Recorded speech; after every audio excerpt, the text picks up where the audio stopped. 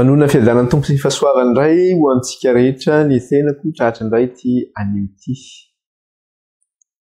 Amino fahasalama tsara daholo tsika any. Raha misy marary moa dia apetratsika amin'ny tompo foana. Tompo ihany no afaka manasitrana antsika. Izy no manome solution amin'ny zavatra rehetra. Fa dia misaotra an'Andriamanitra indray tsika tafahoana tamin'ny teniteny izao fampianarana izao. Tapitra tsika ny lesona lodikia. Hiditra indray zany tsika amin'ny chapitre vaovao zany na miresaka ihany koa ny seza fiandrian'Andriamanitra. Zany hoe tapitra zany mikasika ny fiangonana fito. Soratsika ny tompo voninahitra ao an'Andriamanitra irery ihany. Roso indray tsika ny dia zany. Hivavaka tsika ary alohan'ny zavatra rehetra, hiaraka hivavaka tsika. Jehovah Andriamanitra raha io, mankalaza anao izay midery anao ary manome voninahitra anao. Sotra raha efa mbola menao fotoana izay ahafahanay miara-mianatra sy mandinika ny teninao. Sotra ihany koa ny tombonandro izay menao anay, ny amin'ny fahasalamana izay menao tsirairay avy. Sotra ny amin'izay mitranga amin'ny fiainanay. Teninao manambara manao ny zavatra rehetra dia miara-miasa soa izay tianao. Voninahitra ny eo anao ray, ny derany eo anao ray, ny haja ny eo anao ray. Ary ireo izay miaraka aminao Andriamanitra dia tsy mba angozozo mandrakizay. Raha io mifona aminao ny fizahay. Tsy mahasoa ihany izay ary tsy matoky teo anatrehanao. Ka ninona fahotana ray vitanay teo anatrehanao. Tamin'iny andro lasa inona tamin'ity an'ity. Dia fonanay aminao raha io, mamindrafo aminay renao, mamelany elokay renao. Afao izay ray amin'ny fahalemenay sy ny fahotanay. Miaikeliko izay tao anatrehanao, eny manaiky izay fa jamba. Manaiky izay fa feno fahotana. Afao izay amin'ny fahalotonay, afao izay amin'ny faharatsinay, afao izay amin'ny tsy fahamarinanay rehetra. Fa hoy ianao Jesosy manambara manao izay jamba no ampahirapina. Afao izay ho afaka amin'ny fahotanay Jesosy io mba hitanay ny fahamarinanao. Diovy amin'ny ranao izay Jesosy io ho afa-pahotana, sasao amin'ny ranao izay ho afa-keloka. Areoka ny fanahinao. Tantananay amin'ny fahamarinanao ray sy amin'ny fahamasinanao. Ka aoka Tompo, tsy ianao izay tahaka an'ireo izay nanambara fa tsy mino anao izy.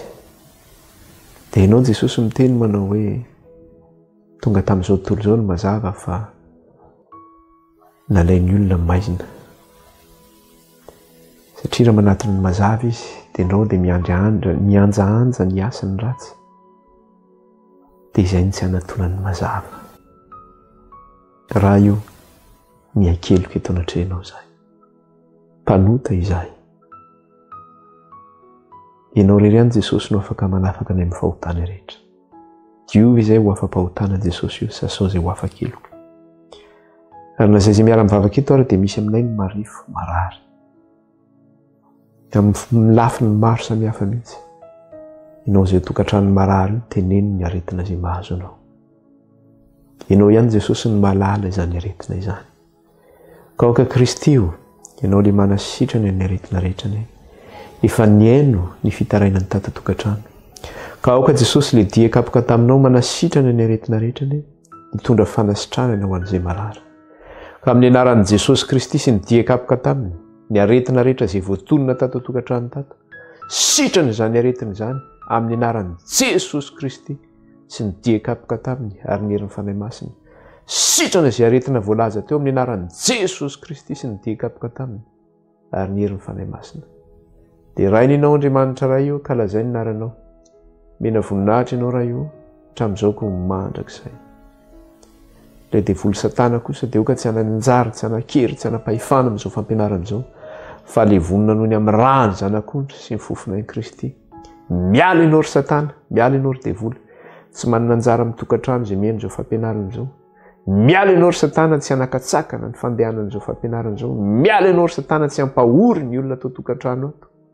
Fa nino asan'ny devoly hoentina miasa manaka an'izao fampianarana izao tsy andeha. Nino asan'ny devoly hoentina miasa manakorotana ny fiainana atao tokantrano ato. Nino asan'ny devoly hoentina miasa mampahory amin'ny aretina sy ny zavatra maro samihafa tokantrano ato. Dia ilay vonina nohony amin'ny rano zanak'ondry izany sy ny fofonay Kristy tsy hanan-kery sy hanan-pahefana. lasa ny hafa mandevona ny satana sy ny asany rehetra amin'ny anaran'i Jesosy.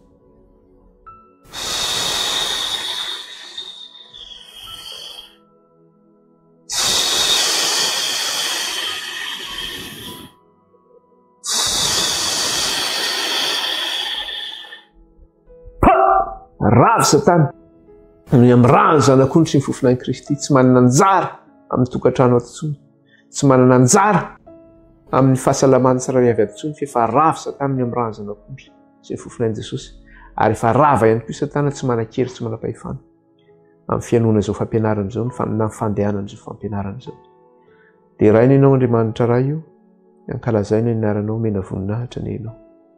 Eny ny teninao manambara manao hoe ny devoloko mino ny herinao Andriamanitra, mino anao izy ka mangovitra. Eny fa raha ny ratsy tanan'Andriamanitra no entina mandrava ny asan'ny satana, dia efa rava tokoa satana. Fa amin'ny fisehoanao Jesosy dia ho levoninao mifofinainao izy. Dia raina mandrakizay ny anaranao Tompo, kalazaina ny anaranao, mena voninahitra ianao raha io hatramin'izao ko mandrakizay. Kehitriny izay raha hianatra ny teninao sy handinika izany. Dia meteza Andriamanitra hampianatra anay ny teninao anao amin'ny alalan'ny fanainao masina. Ka ao karaha ny fanainao masina ny hiasa aminay amin'ny fahafenoana, ka izy no mpianatra anay ny teninao. Mampianara anay Andriamanitra ny teninao amin'ny alalan'ny fanainao masina, fa vonin-kiheno raha io izay mpanomponao. Fa ilay satana devoly kosa Andriamanitra izay hoentina manakorotana ny fampianarana sy manaka an'izao tsy handeha. Dia aoka ny Andriamanitra efa ravana izany ka tsy manan-kery, tsy manam-pahefana amin'izao fampianarana izao. Dia teza raha efa nivavaka ny ianao any an-danitra any. Halleluia. Dia mampianara anay raha io indray ny teninao amin'ny alalan'ny fanainao masina ny ianao Tompo, fa vonin-kiheno izay vahoakanao. Aoka raha ianao nisandratra fa izay hetry ny anaran'i Jesosy. Amen. Iroso aritsika inona ny lesontsika farany izany? Namarana izany sika ny fifandefiana tamin'ny fiangonana Laodikia, dia tamin'ny tombo-kase fahafito izany mikasika ilay hoe fahanginana atsasakora tany an-danitra. Rehefa novana ny tombo-kase fahafito dia nisy fahanginana tokony atsasakora ny tany an-danitra. Fa hitantsika izay toy izay hoe inona moa ilay fahanginana atsasakora izany? Fa mikasika ilay hoe fiavian'i Kristy izany izy io. Dia ao anatin'ilay fialan'i Kristy miala any an-danitra mankety tany izany dia zao hoe tsisy mponina ao an-danitra, fa Kristy miaraka amin'ny mpony lanitra rehetra midina mankety tany.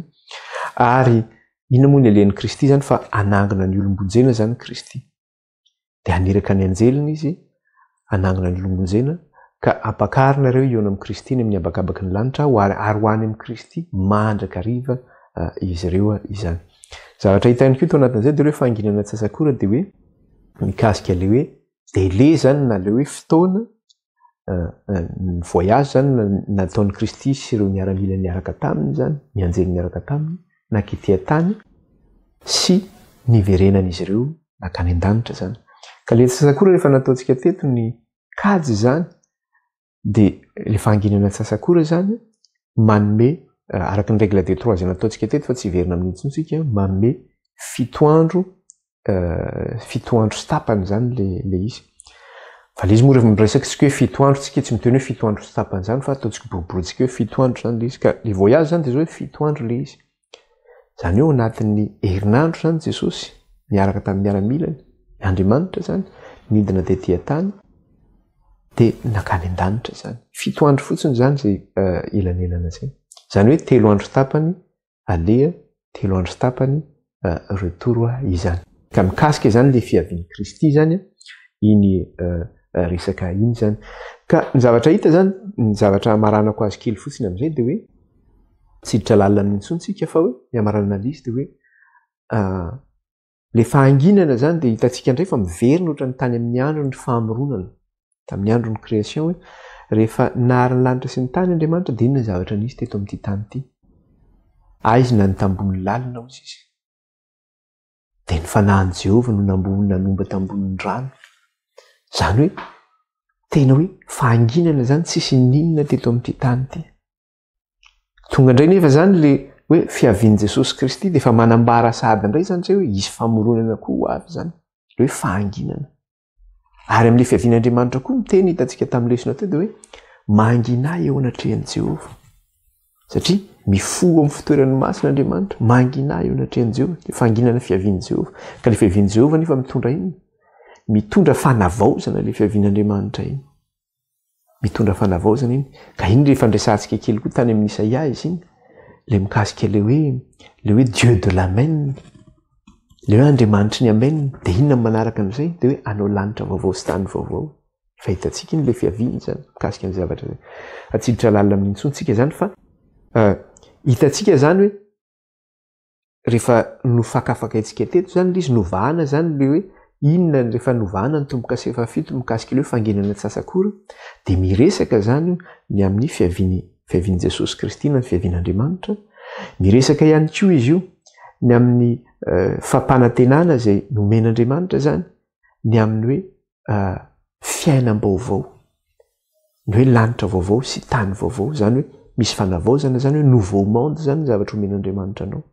Ary miresaka ihany koa mikasika ny famaranana an'izao zavatra hitantsika rehetra izao zany, sisy fongorana izao zavatra hitantsika rehetra izao zany. Ho diovina zany ty tany ty, ho avaozan'Andriamanitra ty tany misy atsika ity zany. Ka amarana ary sika tsy maintsy ho fitiantsika kely aloha le hoe le fiangonana fito zany alohan'ny tsy foatsika zany amin'ny toko fahaefatra izany. Ka ho atsika zany dia zao hoe zay nandray ny afatra ho an'ilay fiangonana fito zay nomena zany dia oka zany tsy hananahavinavina zany tsika ny amin'ny teny fanakianana zay nataon'i Jesosy. Fa Jesosy ny miteny manambara amin'ny fiangonana fito farany izy miteny, ary fantatsika tsara fa ny fiangonana fahafito dia miresaka ny fiangonana misy amintsika amin'izao vanim-potoana iainantsika izao zany. Fiangonana farany zany miandry ny fiavian'i Kristy, zany hoe ny fiangonana kristianina zany. Ka Jesosy ny teny eo amin'ny fiangonana Laodikia ny teny nanambara manao izay tiako ny anariko sy fahaiziko koa mibebay anao izy. Zany hoe fitiavan'Andriamanitra zany no manino nanomezana antsika zany le fanakianana. Fa raha tsy tian'Andriamanitra tsika dia tsy nanao an'izay. Raha ohatra tsy tiany zanakao zany ianao dia manino tsy mikapoka azy ianao zany. Tsy mikapoka azy ianao, tsy mibedy azy ianao.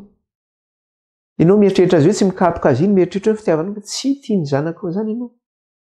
Fa aza taitra sy aza gaga raha manimbazimbanao iny zaza iny rehefa melehibe eo. Aza taitra sy aza gaga raha manompa anao sy manao tsinitsina anao, satria nahoana ianao zany no nanino tsy tiany zanakao zany ianao, satria tsy nibedy azy, tsy nikapoka azy. Zay zanaka tiana no anarina sy fahaizina. Zay no tenenin'ny soratra masina. Tsy izany miteny izany, soratra masina no miteny an'izany. Ka noho ny fitiavan'Andriamanitra ny fiangonana zany no nanaovana io fanakianana io. C'est pour le bien de l'église zany. Zavatra mahatsara ho an'ny fiangonana zany zay zavatra zay. Izay no mahatonga anazy miteny isaky mamarana ny afatra amin'ny fiangonana manao hoe izay maharesy, izay maharesy.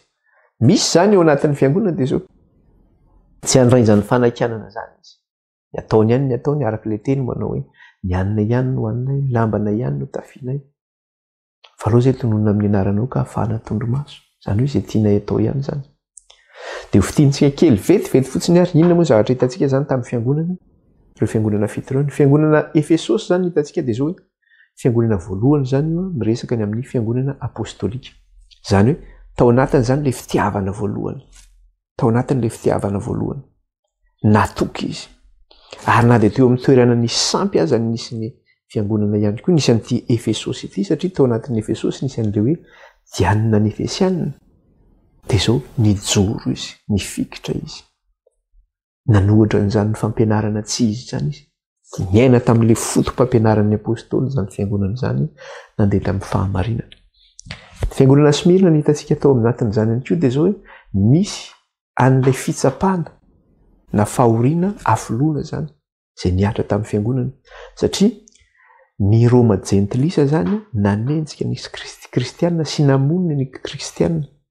Ary nahery vaika zany fanenjena zany tao anatin'ny 10 taona zany.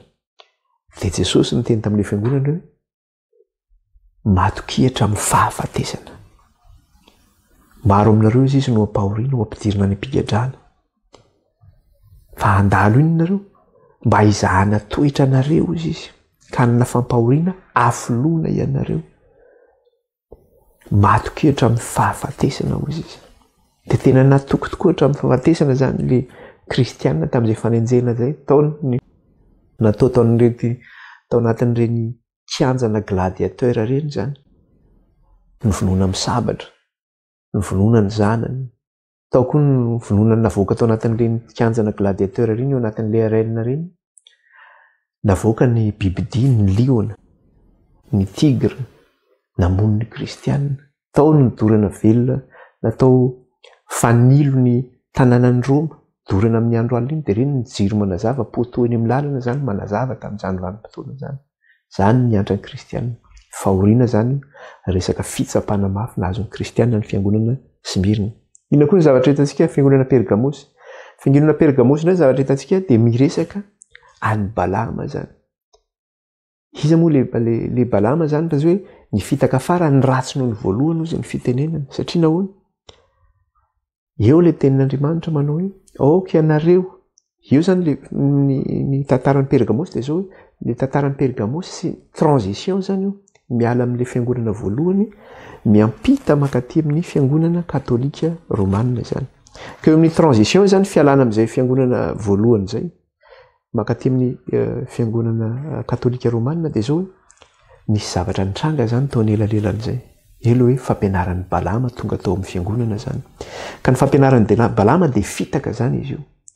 Izy zany mandray anao ho namana izy. Nefa n'izay fandraisana anao ho namana zay mampiditra fampianarana tsy izy eo amin'le fiangonana zany. Ka rehefa tafiditra fampianarana tsy izy io de tsy fantatra intsony hoe inona moa ny tena marina sy tsy marina zany fa mifangaro ny akosin'ny vorona.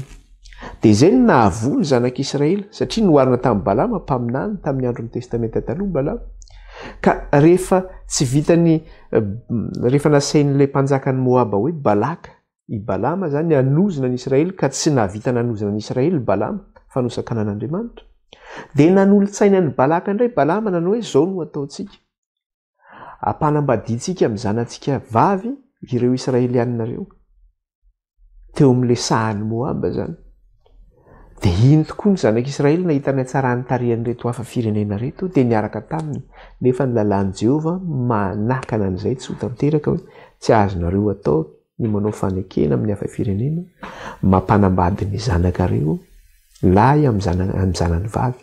Fandrao fitaka ho anareo izany ka lasa hinana ny hena aterina amin'ny sampiny ianareo ka iankohaka sy vavaka amin'ny andriamanina. Zay zany mafitaka an'le izy zay zany. De inona ny zavatra nisy teto amin'le fiangonana Pergamos? De tafiditra tao amin'ny fiangonana zany ny fomba jentilisa. Io le antsoina hoe paganisme zany. Tafiditra tao amin'ny fiangonana le fomba jentilisa ka lasa niditra tao ny resaka sarivongana, niditra tao amin'ny fiangonana ny fomba maro samihafa zany fanao ny jentilisa zany. Teo zany le transition ka tamin'ny fotoana io zany tsy fantatry ny fiangonana intsony inona moa no marina sy ny tsy marina zany. Eo ny tonga ankely resaka le hoe venty ny vary tsitika, venty ny vary orteaozy izy. Inona ny dikan'izay le hoe le tenin'Andriamanitra zany. Lasa tsy nisy valeur intsony le tenin'Andriamanitra. Satria nisy an'izay fampianaran'ny diso izay tafiditra tamin'le fiangonana. Kanefa na dia teo ary zay le famindrapon'Andriamanitra mbola namonjy an'ity fiangonana ity. Fiangonana Tiatira indray zavatra hitantsika tamin'ny fiangonana Tiatira dia miresaka an'ilay vehivavy Jezebela. Le hoe manoloky ny mpanompoka hinana ny hena naterina tamin'ny sampy. Izany hoe raha tary amin'ny Balama zany mbola hoe influencé zany le fiangonana. Izany hoe satria mbola nisy olona nijoro tao na dia teo aza zany le fitaka tafitsofoka tao amin'le fiangonana. Fa atao amin'le Tiatira zany zavatra misy dia zao hoe ilay vehivavy Jezebela mihitsy. Iza moa le vehivavy Jezebela? Vehivavy Jezebela dia prehetra ny Baala zany izy io. Prehetra ny Baala io. Mpanompo vavin'ny ataontsika mpanompo vavin'ny Baala zany, Andriamanitra Baala. Dia izy nefa no lasa mitondra ny firenen'ny zanak'Israely. Na dia ny mpanjaka Akaba azy no mitondra zanak'Israely, izy no tena manapaka sy mandidy eo. Izy zany no tena manjaka. Dia izay fanoharana teo amin'ny zanak'Israely zay no nampoharina amin'ity fiangonana Tiatira ty hoe ilay vehivavy Jezebela no manjaka ato amin'ny fiangonana Tiatira ka mampihinana ny mpanomboko ihinana ny enana terina tamin'ny sampo izy izy sy hijangajanga ozy izy de inona ny zavatra nitranga fa zay tokoa ny zavatra nitranga de io moa zany periodin'ny fiangonana zany katolika zany no resana satria tsika nyresaka teo le Pergamos hoe transition mipita magnaty amin'ny fiangonana katolika de ty fiangonana Tiatira ty zany ny fiangonana katolika no resahana amin'izy ity zany de ny zavatra nisy teo inona ny zavatra nataon'i Jezebela tamin'ny androny nanjakany teo amin'ny zanak'Israely namono ny mpaminany Jehova izy nanala ny fivavahana tamin'Andriamanitra izy fa ny fivavahana mibala no napetrany de inona ny zavatra nitranga ihany koa tamin'ny androny fiangonana katolika zay nanjaka zany de ny zavatra nisy de zao tamin'ny andro moyen âge reny indrindrandrindra zany de zao ho an'ireo zay nanohatra ny fampianaran'ny katolika de novonoina no enjehina natao inquisition zany tribunal ny eglizy zany hoentina aminonany olona zany tribunal zany tonga de sazy mahafaty zany fa tsy hoe sazin'ny eglizy ianao de mbola mety ho velona anao fa tonga de fahafatesana ny miandry anao dorana velona anao amin'ny bûcher ny miandry anao am'zany zavatra zany ny fampianaran'ny eglizy midogman'ny eglizy zany ny fampianarana zay misy io zany tsy araka ny soratra masina nivoaka tamin'izany resaka hoe mariologie fivavahana amin'ny Maria aiza ao anatin'ny baiboly no nisy an'izany aiza amin'ny fampianaran'ny apôstôly no nisy an'izany fa ny eglizy nampianatra an'izany ny fampianaran'ny eglizy de zao hoe ny fanaovana indulgence de azona famotsora-keloka azonona famelan-keloka zany indulgence zany de zao hoe mandoha vola ianao de mahazo karazana certificat ianao zany amin'ny mandoha vola iny zany de mahazo famelan-keloka ianao ninona eloka vitako ahoana no nga vidina vola ny famelan-keloka Jesosy ny teny hoe maimaimpona ny famelan-keloka de aseny mividy an'iny certificat iny ianao indulgence de aseny manao arabary marisy raha inay izay an-danitra miakatra ny tohatra mandohalika manao asa fivalozana de rehefa tonga ery ambony faratapin'ny tohatra ery ianao de hoe mahazo famelan-keloka aiza misy an'izany anatin'ny baiboly de hoe raha ohatra misy havanao maty ihany koa de hoe amin'ny alalan'iny indulgence iny zany de zao hoe famotsora-keloka raha ohatra any amin'ny afo be misy azy de esorin'Andriamanitra any izy alefany eo amin'ny afo fandiovana de afaka mandeha makany amin'ny fanjakan'Andriamanitra no misy anazy fampianaran'ny eglizy aiza ao anatin'ny soratra masina misy an'izany zay le fampianaran'ny Jezebela tafiditra ao anatin'ny fiangonana zany rehetra zany ny fivavahana amin'ny sarivongana zany izy daholo zany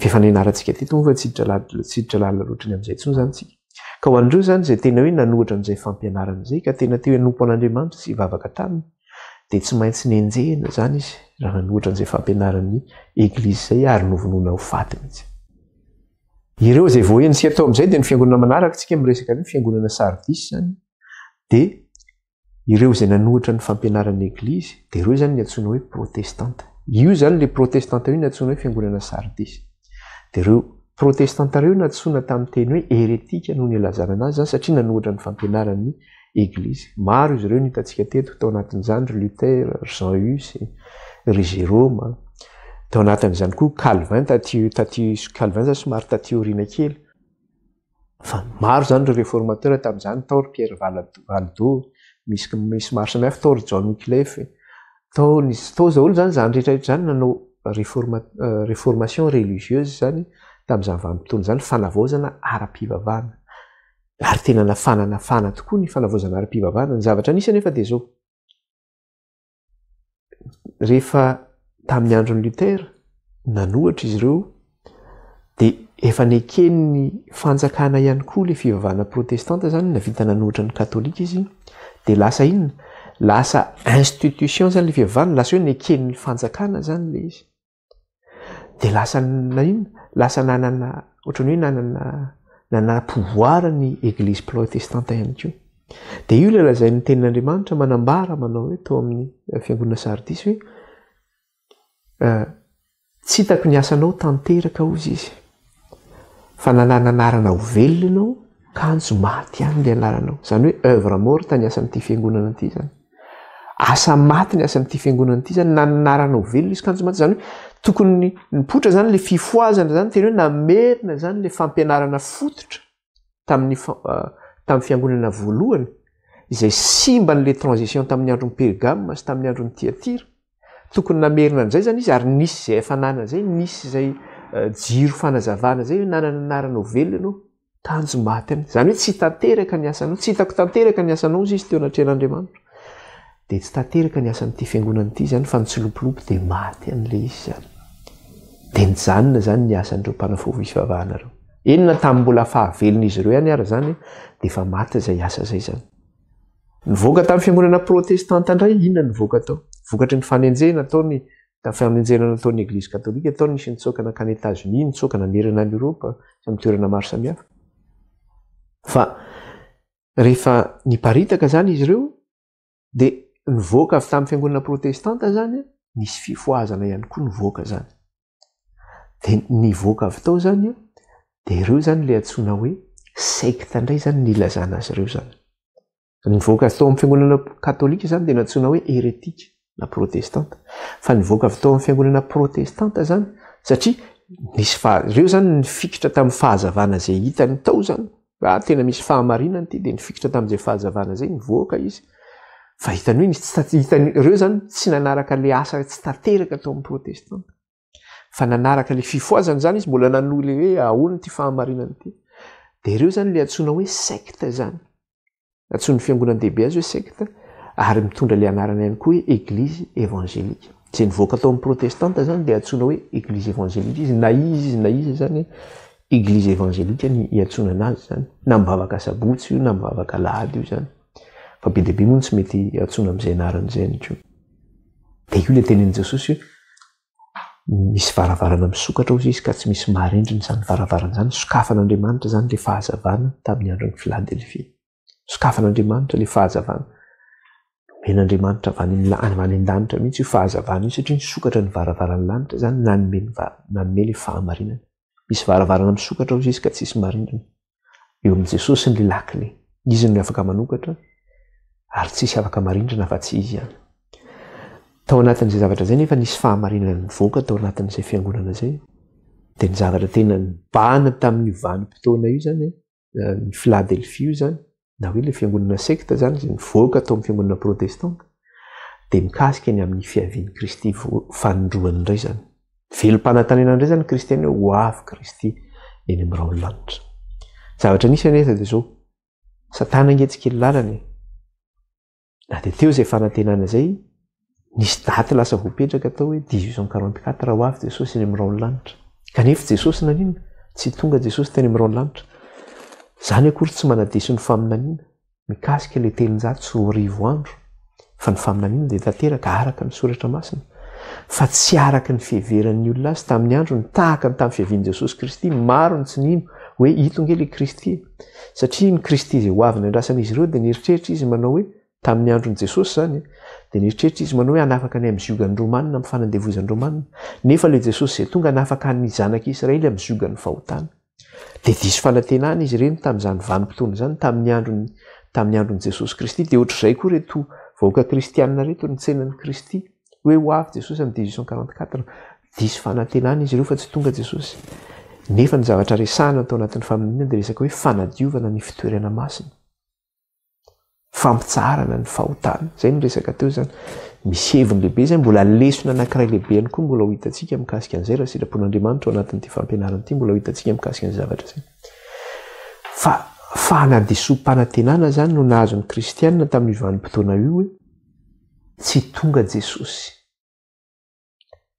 zany nefa tsy manambara manao hoe Jesosy angetsy ho avy ka vokatra zay tsy fiavian'i Jesosy zay tamin'ny 1844 teo ny fahakiviana be deaibe no nitsokan-darana fa nisy vondron'olona vitsivitsy nifikitra tamin'le fahamarinana hoe Andriamanitra de tsy mba olombelona ka mandainga zay lazain'Andriamanitra de tsy maintsy tanterahany ihany koa de nifikitra tamin'ny fahamarinana izy ireo mikatsaka hoe inona ny hevitra an'izay zavatra zay inona ny anton'izay désempointement zay zany resaka hoe tsy fahatongavan'i Jesosy de nifikitra tamin'ny fahamarinana izy ireo fa tsy niala tamin'ny Kristy izy ireo vokatra izay fifikirany tamin'ny fahamarinana zay de satria fa nisy varavarana nisokatra nanomboka tamin'ny fiangonana tamin'ny fiangonana Filadelfia de io varavarana nisokatra io no niteraka ihany koa ilay fiangonana Laodikia zany satria ireo zany le nifikitra tamin'le fahamarinana taorina an'le 1844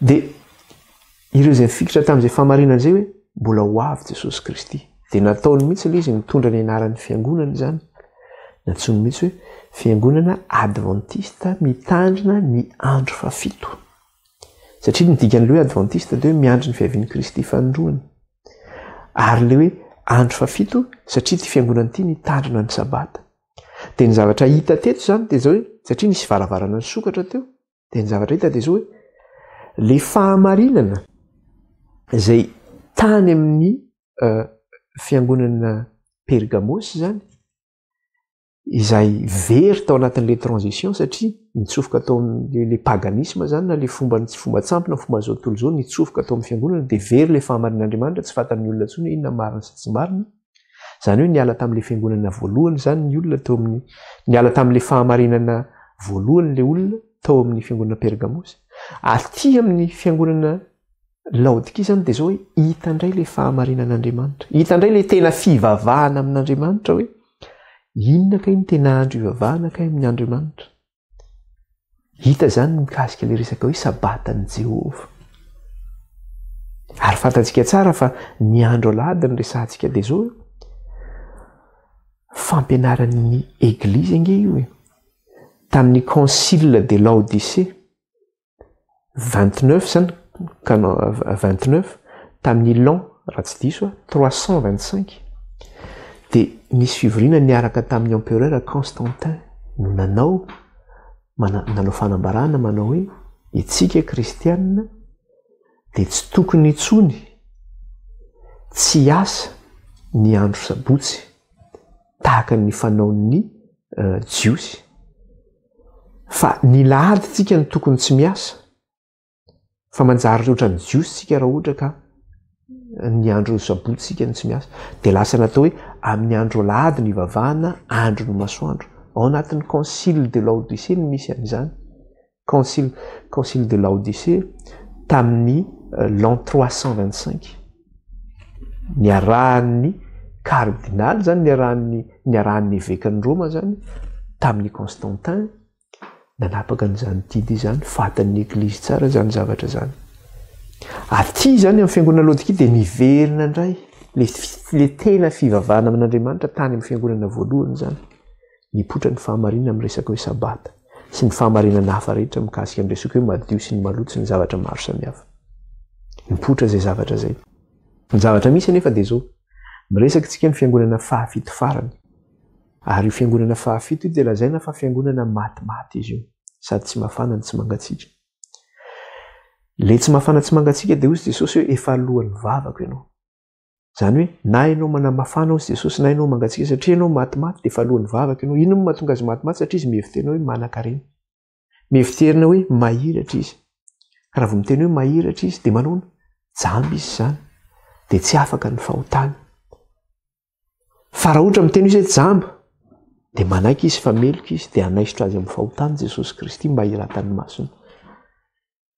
dia niteny Jesosy manao hoe io fitafianao io ka tsy fitafiko io teny Jesosy hoe iodi-maso ampiasainao io ka tsy odi-masoko io teny Jesosy hoe volamenanao io ka tsy volamenako fa mividiana amiko izy ka fiangonana rehetra zany amin'izao vaninandro iainantsika amin'izao vaninandro faran'izao dia ny akamaroan'ny fiangonana zany dia jo tsara mihitsy ny zavatra misy zany io fitafianao io tsy fitafian'i Kristy io io odi-maso ampiasainao tsy odi-mason'i Kristy io volamenanao io arenanao io irerehanao tsy arenan'i Kristy io fa vidio le arenan'i Kristy vidio le fahamarinan'i Kristy dia Kristy ampahiritra ny masonao dia andray le tena fitafian'i Kristy no ahafahanao miditra ao amin'ny trano fanasan'ny fampakaram-badany zanak'ondry fandrao dia hita mitanjaka ianao ka tsy hipainy ivelany any misy ny fitomanina sy ny fikotroana zay mikasika an'iny zany ary farany amin'izay dia zao hoe marihana fa ny Laodikia dia mizara roa ny fiangonana Laodikia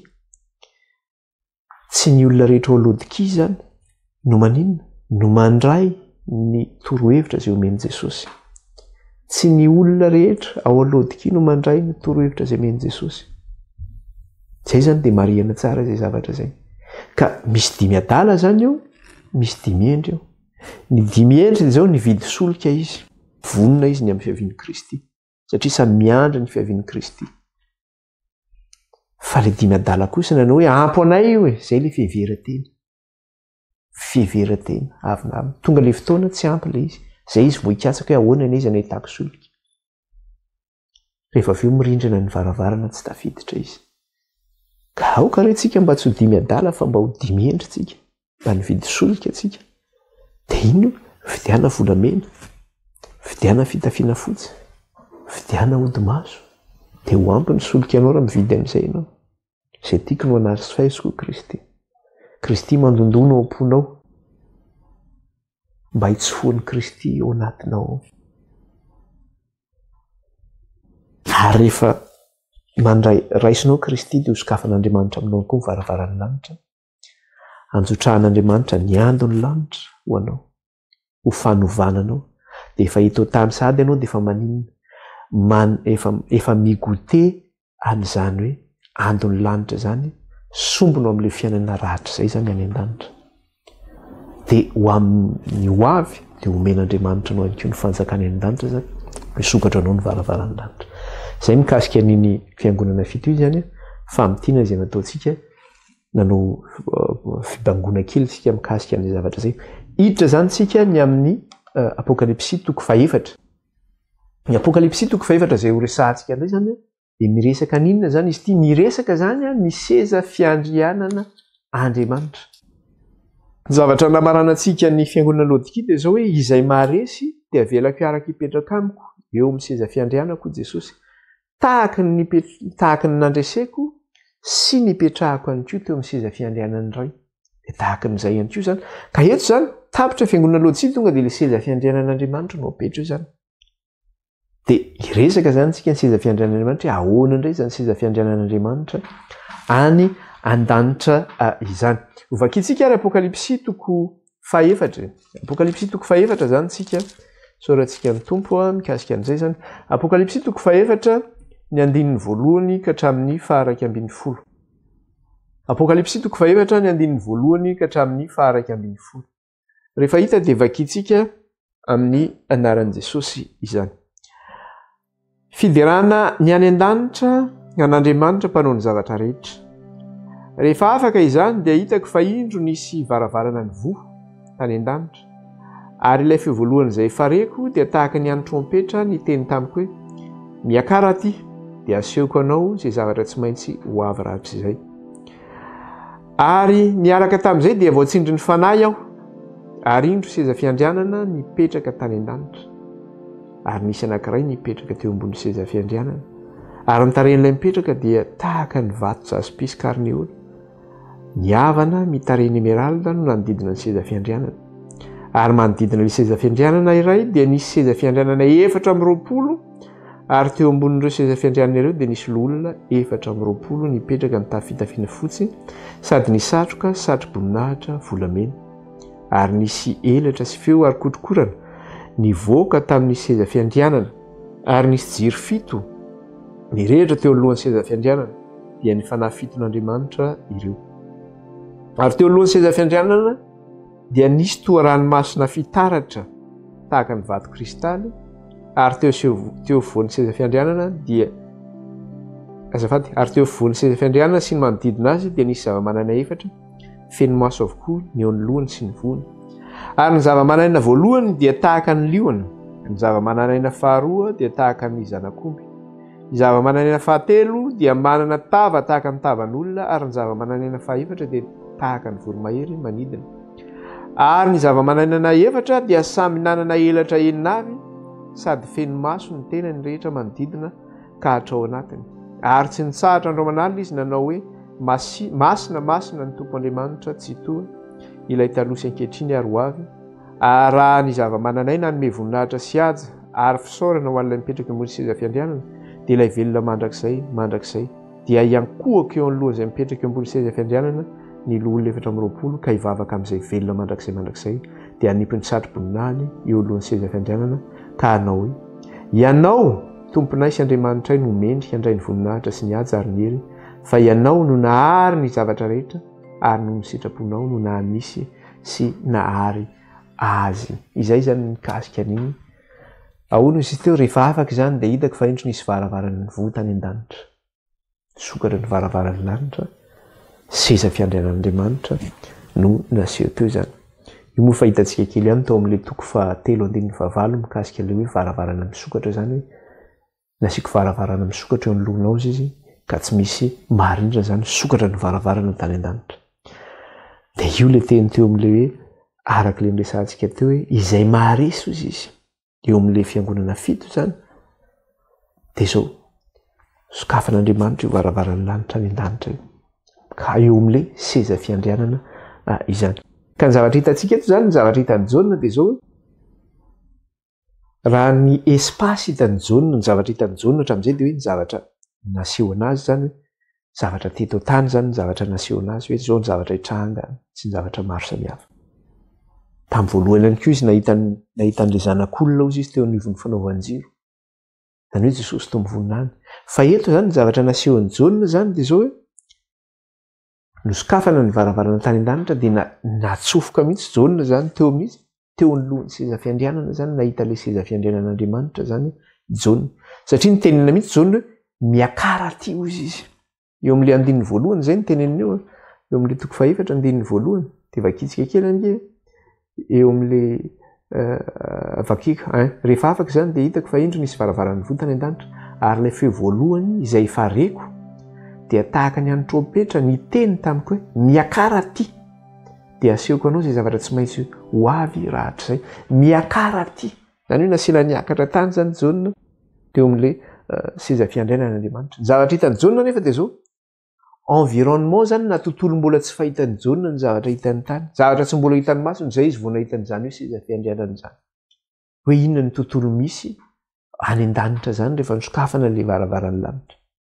Dia zao ny zavatra hitany eo amin'ilay 2:2 ary niaraka tamin'izay dia voatsindry ny fanahy eo ary indro seza fiandrianana nipetraka tany an-danitra ary misy anankiray nipetraka teo ambonin'ny seza fiandrianana. Zavatra hitany zany dia nahita seza fiandrianana izy dia nahita izay nipetraka teo ambonin'ilay seza fiandrianana izy. Ny zavatra misy eto nefa dia zao tsy nidetahena ilay izy hoe ohatr'izao ny tarihan'i Jesosy Kristy na ohatr'izao ny tarihan'Andriamanitra na hoe ohatr'izao le seza fiandrianana ohatr'izao ny pozin'ilay seza fiandrianana mety hoe ohatr'izao ny pozin'ilay seza. Fa amin'ny fomba fiteny frantsay dia zao hoe indescriptible ny zavatra hitany zavatra tsy hay lazaina zany tsy hita izay hanambarana ilay zavatra hitany teo zany. Fa ny zavatra ny tenen'i Jaona fotsiny dia se contenter izy nilaza fotsiny izy nanambarana nanao hoe nahita seza fiandrianana aho izy. Dia ny zavatra ny teneniny koa dia hoe nahita nipetraka teo ambonin'ny seza fiandrianana. Zany hoe tsisy forma zany ny lazaina teo hoe ohatr'izao ny forman'ilay mipetraka eo ambonin'ny seza fiandrianana. Mety hoe lava volo Jesosy ohatran'ilay sary aseho amintsika aty tany ireny zany hoe ahoana ny fitarehan'Andriamanitra eo amin'ny seza fiandrianana ahoana ny tarehan'i Kristy. Tsy naseho zany zay. Fa ny zavatra hitan'ny Jaona dia zao sarisary zany ny fomba nahitan'ny Jaona izy fampitahana no ilazan'ny Jaona anazy hoe tahaka an'izao no nahitako azy ozy izy tahaka an'izao no nahitako azy. Fa izy tsy niteny hoe zao ny endriny tahaka ozy izy. Dia inona ilay zavatra comparaison ny teneniny eo zany eo amin'ilay 1:3 izy niteny an'izay dia zao ny teneniny ary ny tarehan'ilay mipetraka dia tahaka ny vato jaspi sy karneola. Izay ny ilazain'ny Jaona izy. Tarehan'ilay mipetraka dia tahaka ny vato jaspi sy karneola ary ny havana mitarehana emeralda no manodidina ny seza fiandrianana. Averiko tsara izy. Ny tarehan'ilay mipetraka ozy izy. Zany hoe ny tarehan'ilay mipetraka ambony seza fiandrianana zany dia tahaka ny vato jaspi sy karneola. Zany hoe tahaka ny pierre précieuse zany. Dia tena voatsindriny tsara mihitsy tahaka ny vato jaspi sy karneola ozy izy. Dia toy izany ny havana mitarehana emeralda no manodidina ny seza fiandrianana. Ino moa ny havana? Ilay arc-en-ciel zany. Ny havana mitarehana emeralda ozy izy no manodidina ny seza fiandrianana. Ina ilay emeralda ohatran'ny pierre précieuse ihany koa zany mamirapiratra zany. Ny havana tahaka mitarehana emeralda ozy izy no manodidina ny seza fiandrianana. Zany hoe misy arc-en-ciel zany manodidina ny seza fiandrianana. Fa ny zavatra lazainy eo dia zao ny ilazany azy. Ahoana tsara ozy izy teo? Ary ny tarehan'ilay mipetraka dia tahaka. Eo zany ilay tenenitsika hoe tahaka na hoe semblable tahaka na hoe mitovy satria tsy afaka nanome ny endrika ilay mipetraka eo ambonin'ny seza fiandrana izy fa tahaka ozy izy mitovy ozy izy zany hoe jaune zany de zao hoe tsy incapable na tsy afaka milaza hoe zao mihitsy ny tena tarehan'le mipetraka eo ambonin'ny seza fiandrana fa ny zavatra anambarana de tahaka ozy izy ka ny zavatra le hoe tahaka na hoe mitovy zany de nampitoviziny jaune amin'ny zavatra zay hitany amin'ny fiainany andavanandro zany. Inona le zavatra hitany zavatra hitany jaune amin'ny fiainany andavanandro? Zany vato jaspi zany hitany eo amin'ny quotidien zany amin'ny fiainany andavanandro. Zany vato carnéole zany hitany eo amin'ny fiainany andavanandro zany. Zany havana zany hitany amin'ny fiainany andavanandro zany. Zany émeraude zany hitany amin'ny fiainany andavanandro zany. De tahaka an'izay zavatra tsy hitany jaune zay anambarana azy de ny compareny zany nanampitainy amin'ny zavatra fahitany andavanandro nanampitainy an'ilay mipetraka eo ambonin'ny seza fiandrianana izany. De ireo zavatra anankitelo nambaran'ireo satria misy pierre précieuse anankitelo zany resahana eto na misy vato sotelo zany resahana eto de miresaka izy hoe jaspi, miresaka izy carnéole, miresaka izy émeraude. Maninona reo vato anankitelo ireo no nakambany? Tsy hoe nakambakambana fantany fotsiny koa ireo de hoe zay no nakambany jaune hoe parazara de zay no lazany fotsiny. Fa zavatra fatany jaune tsara reo vato reo zany. Fatany jaune tsara zavatra tsy resaka hoe anao style fotsiny de mba ataoko style na vato émeraude ny mety hitako teo zany na mety hoe jaspi na carnéole fa vato zay fatany jaune tsara izy ireo. Ary aiza no ahitana an'ireo vato ireo? Ho an'ny jiosy tamin'ny androny de malala tsara hoe aiza ny ahitana an'ireo rehefa makao amin'ny tempolo izy de eo mitratrany grand prêtre no misy anazy io na eo mitratrany mpisorona be zany no misy anazy io satria ny mpisorona be zany de zao misy zay atsoina hoe tsy haiko tsara ny dikany amin'ny teny gasy fa misy pectoral zany ny ilazany azy eto mitratrany eto de misy vato zany mipetraka amin'iny. De amin'iny vato iny hita amin'io vato io le carnéole, hita amin'io pectoral io zany le carnéole, le jaspi, le émeraude. Zany hoe zavatra efa fahitany jaune ary eo ihany eo amin'io tratran'ny mpisorona be io ihany no miaraka reo vato reo zany. Eto nefa ny hitany jaune ihany koa am'le mipetraka ambony seza fiandrana de miaraka koa reo vato reo zany. Jaspi, carnéole, émeraude izany.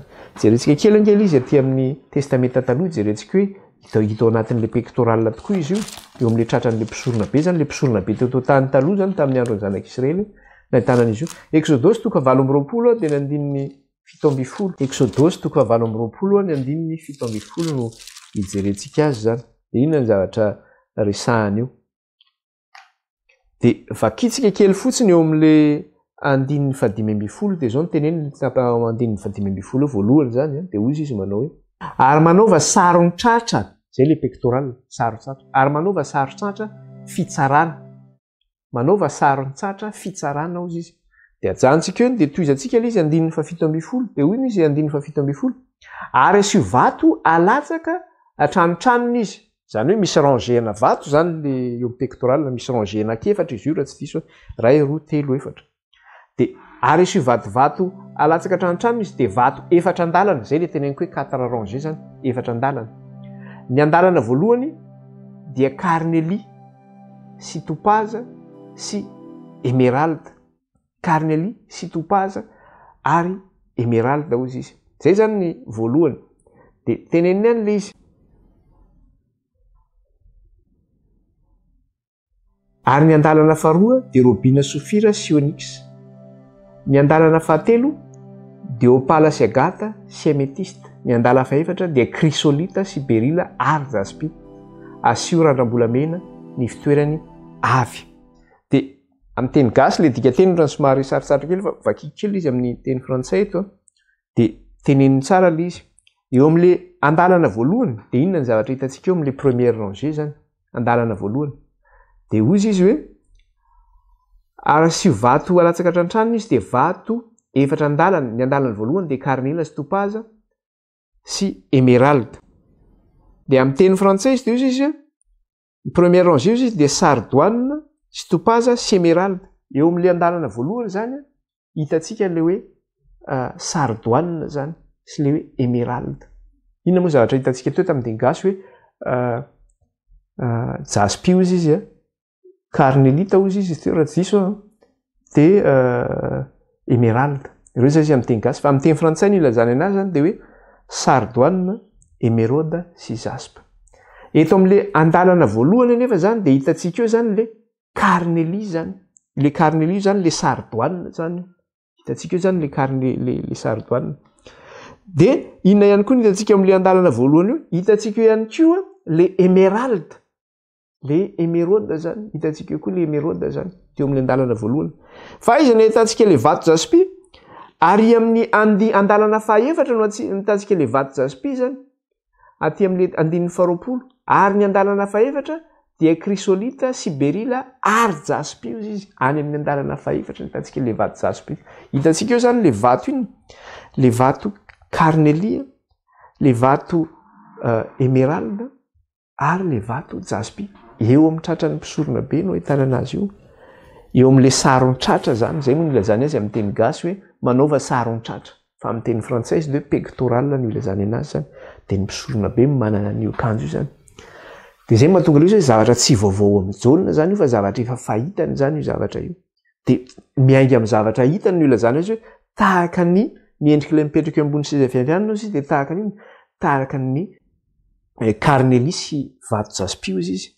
Ary ny havana manodidina ny seza fiandrianana izy de tahaka ny émeraude izy ny havana manodidina azy. Zany hoe vato efa fahitany jaune le izy zany. Zany hoe maneho aninona zany le zavatra hitany jaune, mampatsiaro azy zany an'ilay mpisorona be teto tany, amin'le zavatra hitany teo misorona be teto tany. Ka ny environnement zany na ny tontolo zay hitany teo amin'le seza fiandrianana de environnement na inona zany hitany teo, tontolo na inona zany hitany jaune teo alohan'ny seza fiandrianana. Le tontolon'ny tempoly teto tany zany hitany jaune teo. Ny zavatra hitany eo an-tany tempoly zany ny zavatra ohatra ny hitany eo amin'ilay seza fiandrianana. De inona indray ara le resaka hoe havana manodidina ny seza fiandrianana. Inona le resaka hoe havana? Le havana zany de mampatsiaro atsika rehefa tonga ny avy orana ka mitsahatra ny orana iny de misy iny, misy havana iny amin'ny lanitra iny. Iny havana iny nefa efa voalazan'ny Baiboly izy iny. Tamin'ny andron'ny Genesis, rehefa nolevonin'Andriamanitra ny tany sy ny mponina teto amin'ity tany ity sy ny zavaboary rehetra teto zany norakofan'Andriamanitra ny rano zany tamin'ny andron'ny safidrano. De rehefa tapitra ny orana, tapitra ny safidrano, de nasian'Andriamanitra rehefa nivoaka tao amin'ny samby fiara ry Noa zany, de nasian'Andriamanitra havana teny amin'ny lanitra. Inona ny dikan'ny havana iny? Inona ny dikan'iny? De jerentsika aty amin'ny Genesis toko fahasivy izy miteny an'izay. Genesis toko fahasivy ny andininy 7:10. Genesis toko fahasivy de ny andininy 7:10 no jerentsika. Inona ny zavatra resahany io? Genesis toko fahasivy azafady ny andininy 7:10 ka hatramin'ny 15:10 ny anaran'i Jesosy. Ny havako efa napetrako eny amin'ny rahona ho famantarana sy fanekena ho amiko sy ho amin'ny tany. Ary raha mampiangona ny rahona ambonin'ny tany aho ka hita eny amin'ny rahona ny havana dia ho tsarovako ny fanekeko izay ho amiko sy ho aminareo mba amin'ny zava-manan'aina sy nofo rehetra ary tsisy safidrano andringana ny nofo rehetra intsony. Ahoana izy? Ny havako efa napetrako eny amin'ny rahona ho famantarana ny fanekena ho amiko sy ho amin'ny tany. Zany hoe manao fanekena zany Andriamanitra mametraka ny havana iny. Fanekena ho amiko sy ho amin'ny tany. De iny moa le fanekena amiko amin'ny tany, ho amponiny aty ambonin'ny tany zany, ho amintsika zany, manao fanekena Andriamanitra. De inona ny anton'izay fanekena zay? Ny anton'izay fanekena zay de hoe ho tsarovako izy andiny 15:10 de ho tsarovako ny fanekeko izay ho amiko sy ho aminareo mba amin'ny zava-manan'aina sy nofo rehetra ary tsisy safidrano andringana ny nofo rehetra intsony. Zany hoe fanekena nataon'Andriamanitra zany rehefa mandefa ny havana iny Andriamanitra tsy hoe tsy hanisy safidrano anareo intsony. fanekena nataon'Andriamanitra zay. Inona nefa nidikan'izay fanekena nataon'Andriamanitra zay? Izay le atao hoe le famindram-pon'Andriamanitra. Zay zany le hoe famindram-pon'Andriamanitra. Ary zay ny anaran'Andriamanitra. Andriamanitra dia Andriamanitra be famindram-po, mahari-po, mamindra fo. Zay zany le Andriamanitra zay tompontsika. Ka fampatokina amin'le famindram-pon'Andriamanitra zany le havana zay ataon'Andriamanitra. Manao hoe za tsy hanimba ny tany intsony amin'ny alalan'ny safitrano. Fanekeko ataoko amin'izy io, fanekeko ho ataoko ho aminareo moniny ambonin'ny tany io zavatra io zany. Tsy hanao safitrano anareo intsony. Maneho an'le hoe za dia Andriamanitra miséricordieux, Andriamanitra mpamindra fo, be fahari-po. Dia zay zany ny famantarana zay dikan'ny famantarana le famindram-pon'Andriamanitra zany. Ary ny famindram-pon'Andriamanitra io zany maninony manamaivana izany ilay manamaivana amin'le mahaentitra an'Andriamanitra amin'ny fahamarinany. Andriamanitra zany rehefa miteny fahamarinana dia tena entitra Andriamanitra hoe zao ny zavatra tokony ataonareo arahanareo zao. Fa na dia eo ary zay Andriamanitra hoe entitra zay ny amin'ny fahamarinana, dia Andriamanitra koa mamindra fo zany. Ka le famindram-pon'Andriamanitra io zany manamaivana an'izay hoe mahaentitra an'Andriamanitra zay amin'le fahamarinana zany. Manamaivana an'izay zavatra zay hoe za dia mpamindra fo anareo ihany koa fa tadidio izay zavatra zay. Inona ny zavatra hitantsika ihany koa zany anatin'izay?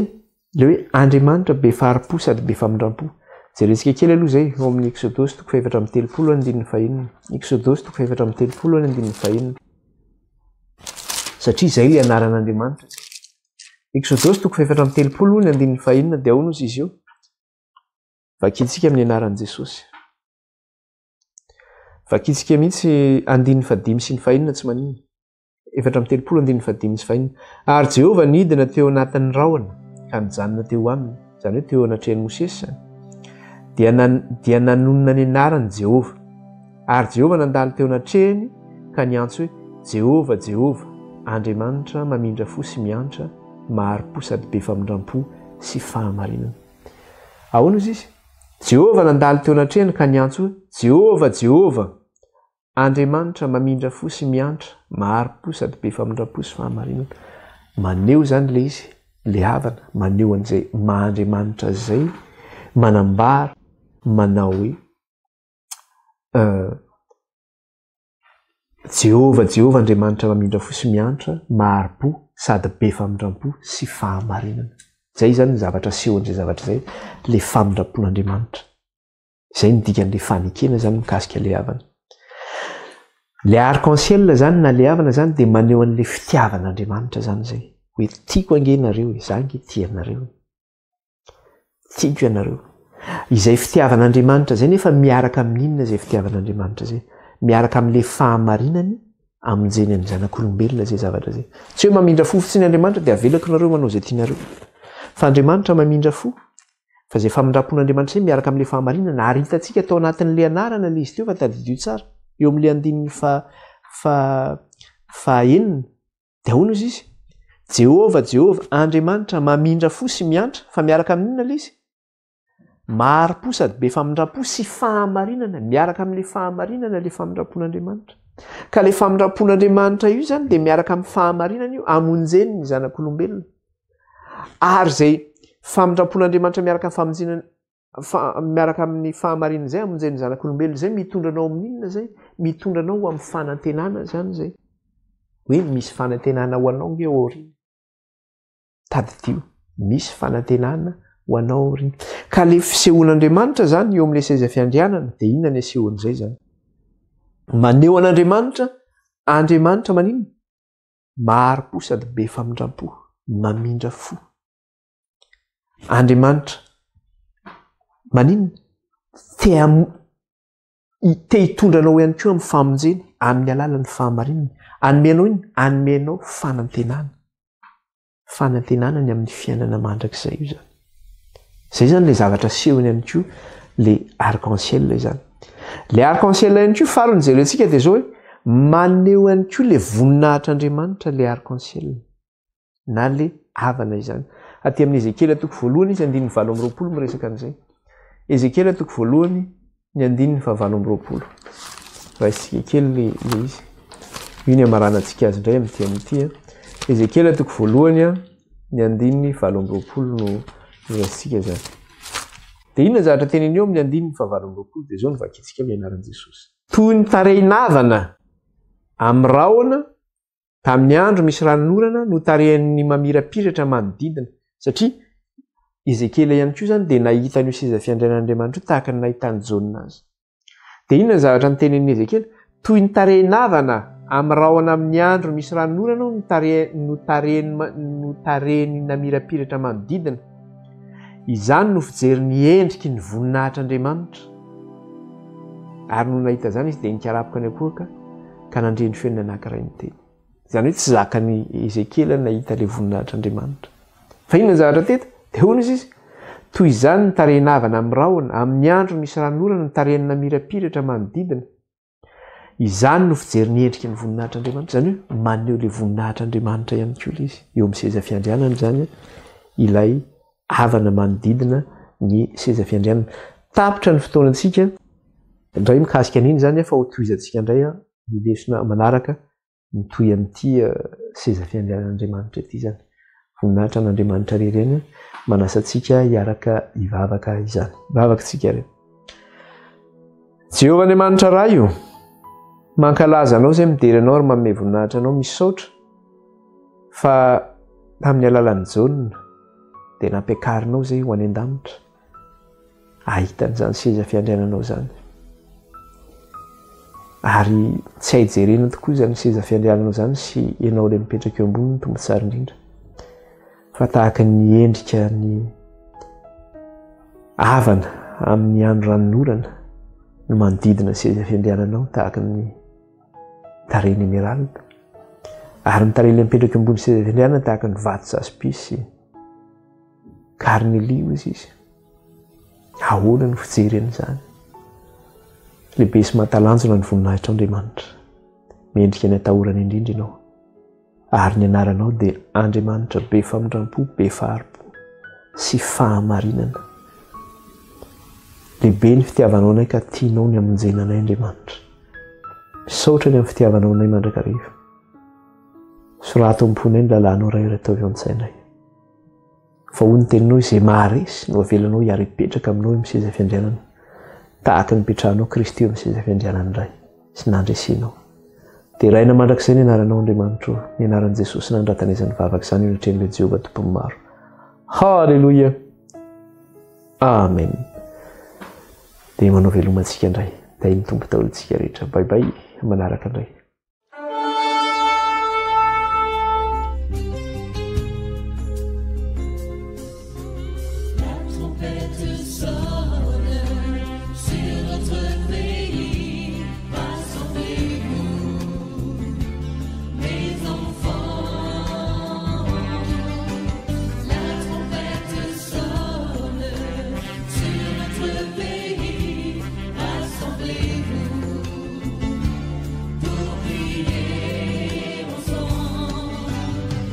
Chercher ma femme.